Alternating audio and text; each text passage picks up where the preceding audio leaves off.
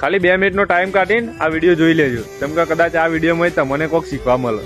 વિચારો કે તમારી લાઈફમાં એક એવું માણસ હોય જેને તમે બહુ પ્રેમ કરતા હોય, આખો દિવસ લડાઈ ઝઘડો કરતા હોય, વાતો કરતા હોય, અને ટાઈમ જતો હોય ને એ કોઈ ખબર જ ના પડે, અને પછી અચાનક એ વ્યક્તિ તમારી લાઈફમાં જતું રહે, તમારાથી છૂટું પડી જાય તો કેવું થાય?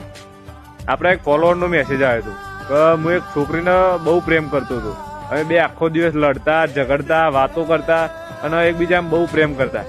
પછી અચાનક એવું થયું ને કે છોકરીએ કોઈ કારણ આપ્યા વગર મારાથી દૂર થઈ ગઈ અને મને છોડીને જતી રહી. હવે મારી હાલત એવી થઈ ગઈ ને કે એ છોકરી સિવાય મને કોઈ ગમતું નહીં, અને આખો દિવસ ખાલી ની યાદોમાં રોજ કરું, કોઈ જગ્યાએ મારું મન નહીં લાગતું. તહેવારોમાંથી મારું મન ઉઠી ગયું, મને એના વગર ફાવતું જ નહીં. તો હું ખાલી તમને એટલું જ કહે કે જો કોઈ વ્યક્તિ તમારી લાઈફમાં છે ને તો એની કદર કરજો. એ જ્યારે છે ને તાને કદર કરજો.